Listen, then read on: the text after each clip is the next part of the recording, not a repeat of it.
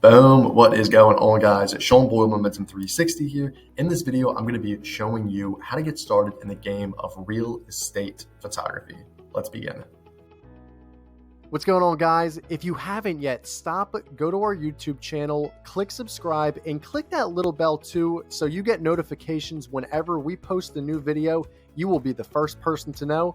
Thank you so much for the support, and now the video you've been wanting to watch.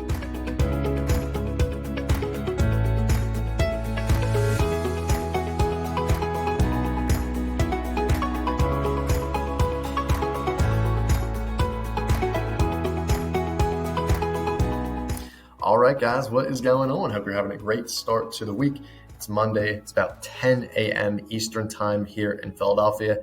And I figured, why not put together a little video of how to actually get started with real estate photography? If you're a complete beginner, you've never touched a camera in your life, what are the best steps to actually going about and executing that, to expedite the process, to gain as much experience as you can with the least amount of time so you can do what you love and make money doing it, okay?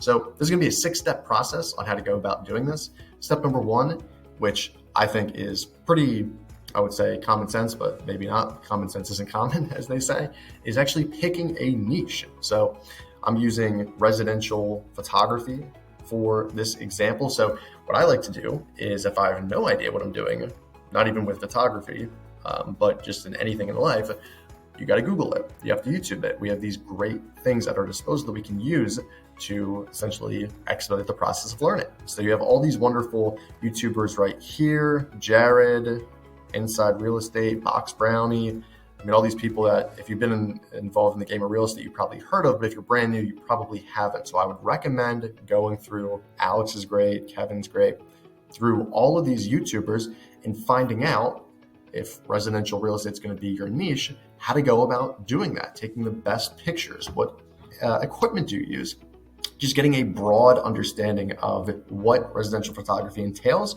and how to actually get started up in terms of equipment for that, okay? And it's nice too because you can follow these guys on social media, you can see what they're up to, and it's just more exposure for you to, again, expedite that process of learning.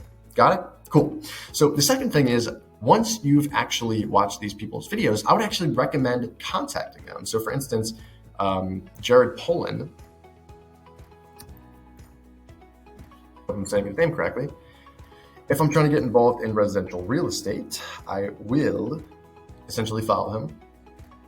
And again, this guy has a 250,000 followers. You can do this for local photographers who've been doing this for 30 plus years. You don't necessarily have as big a following, whether it's a call, say, hey, I'll take you out for coffee, or a direct message. This works the same.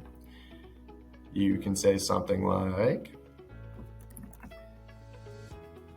hey, Jared, I'm a local new photographer on the scene and saw your YouTube video showing how someone can get started in real estate photography. I'd love to learn more. Do you have time where I can ask you a few questions? Can we get coffee? Can I pay you? I want to make myself valuable so your time isn't wasted. Thank you. So that's what I would do, is really just, again, these are people who've been doing it for a long time. They have busy lives, so you need to reflect that and make sure that you're providing value for them, whether it's money, whether it's, again, like buying them coffee, or honestly just working for free for them, which we'll touch on in a second. But this is what I would definitely recommend. Again, like I said, you don't need to contact someone who's a 250,000 followers. You just, I would say, if you don't have someone like that in your area, contact someone who's been doing this for a long time, whether it's an Instagram DM, call them up, text them, email them, however you get in touch with them, and essentially say something like this and just extract as much information as you can. Talk about the equipment, talk about your current skill set in terms of photography and editing. So you kind of have like a mixed bag of skills that you can work on, and really just have again, if we're using Jared as an example, kind of see, okay, this is the level that you're at, this is the level you're trying to be at. What's the difference, and how do we ultimately get there and speed up the process? Make sense? So this is what I did with, I made an example here with Ben Claremont, but this is essentially what I did with Ben. Is I hit him up, and he never actually got back to me, but I think this was like 2017, 2018 when I first got in the game. And I just watched a lot of his YouTube videos, and he did a great job of explaining everything. So this is what I did. All right. So after that, the third step is getting your equipment, and this is very exciting. So I would say on average, guys, B&H Photo is going to be your best bet for getting everything photography related. And again, if you are getting into residential real estate photography, I would just recommend getting a basic, whether Lumix or DSLR or Canon, with a wide angle lens, and then also getting a tripod so you can mount the camera and take very accurate still shots without the camera going all over the place, right? You got to make sure the angles are right. Other than that, I would recommend, if you're just getting in the game, I think this is a good setup for now. You obviously want to get Adobe Premiere Pro, Lightroom, so you can edit the photos and just make them look fantastic. And I'm not going to talk about the photo editing here, but I would recommend, again, using Google and YouTube to be proficient at that, because that's free, okay? So once you have this, what I would really recommend is actually going and experimenting, testing it out. You want to gain experience, so start using the camera. What's the best way to go about doing that? Shooting the place that you live in. So what I did is, the house that I was in at the time, I actually made my bed for once. I cleaned up everything. I made sure the place looked spick and span, and I actually took a virtual tour camera and made a virtual tour of the property as if I was marketing it, as if I was the real estate agent hiring myself and essentially wanted to do a great job, and did a virtual tour of it. I would recommend doing the same thing, whether it's a condo, apartment, house, whatever. Just make sure that it's very tidy. You can take photos of the property, of your own place. You're doing that for free. Edit them on Adobe Premiere Pro and see how it turns out. And again, the more you do this over time, the better you will get. So getting your hands dirty immediately is a great idea, because the sooner you can do that, the sooner you gain more experience, the better you will become. Now, once you are somewhat proficient and you're willing to actually do this for somebody, what I would recommend for step number 5 or 6, whatever we're at, is going on Zillow and essentially saying, hey, if I'm in Philadelphia and I'm a residential photographer, I want to see a property that doesn't necessarily have the best photos. So let's just pick a example right here. Again, not saying this listing does not have great photos. I'm just using this as an example. So you say, hey, real estate agent, if you go all the way down here, you should be able to check out the agent. Let's see, who is the agent? What do we got? Aggie Roberts. Great.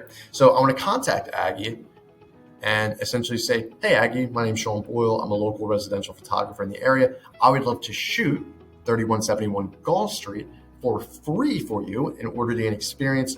I am pretty good at what I do in terms of stills, but I'm still looking for experience. I would love to do this. Here's some photos I shot of my apartment or house. Take a look at them. If you like them, I would love to work with you for free and gain more experience. And the reason I'm saying work for free is because once you establish trust and a good relationship with them, they're going to hire you and you're going to get paid off this. Why? Because you put yourself out there. You were willing to work for free. It wasn't about the money up front. You were willing to showcase them your skills, and you provided good value for them. And in turn, they say to themselves, I can trust them. They have good work. They're a half decent person. Now I need to pay them because they deserve it, right? And psychologically, the more you give up front, the more they're going to give you in the future. That's how I like to look at it. All right. So from there, you snowball this, do this enough. You'll have tens upon tens, soon hopefully be hundreds of clients every single month, literally breaking down your door, giving you money, calling you up, texting you, DMing you, saying, I need photos ASAP. And thus, you will start to become, slowly but surely, definitely not overnight, a couple years, maybe even a decade, however long it takes you, to be a solid residential real estate photographer. That being said, guys, these were the steps that I took to essentially start with virtual tours. Again, it doesn't have to be virtual tours or photography. You can use the same system for video, for 3D rendering, for virtual staging, honestly, pretty much any niche in photography that you want to do at the end of the day. So it's really, really important you follow these steps. Comment below your favorite step, and if you tried the system already and it worked for you, that was awesome. Again, my name is Sean Boyle with Momentum 360. We do virtual tours all over the United States. I would love to work with you, or if you're a photographer, send me your information, info@momentumvirtualtours.com. We work with about 2,000 photographers on a monthly basis. I would love to see what your work is and go from there. So guys, thank you so much for watching this video. Don't forget to subscribe if you haven't yet, and smash the like button, and then comment as well your favorite part of the video. Thank you so much. Have a great rest of your week, and I'll talk to you soon.